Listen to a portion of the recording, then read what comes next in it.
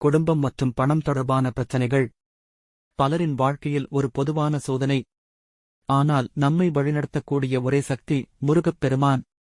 அவரை தினமும் மனதார சிந்தித்து இந்த சக்தி வாய்ந்த மந்திரங்களை சொல்லுங்கள். ஓம் ஸ்ரீய கந்தாய நம அல்லது ஓம் சரண்பவாய நம. இந்த மந்திரங்களை 108 முறை ஜபமாலை கொண்டு காலை அல்லது மாலை நேரத்தில் பக்தியுடன் சொல்லுங்கள். கந்த் சஷ்டி கவசத்தை தினமும் காலை 6 அல்லது மாலை 6 மணிக்கு பாராயணம் செய்யவும்.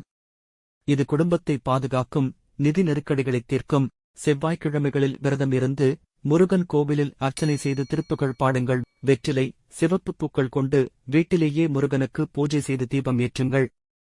தினமும் இந்த மனப்பாங்கான சொல்லை உள்ளிருந்து உச்சரியுங்கள்.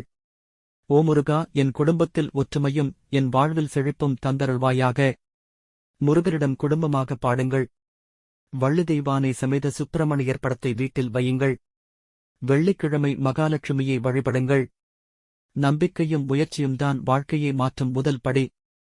முருகன் அருள் இருந்தால் எந்த சோதனையும் ஒரு சாமர்த்தியமாக மாறும்.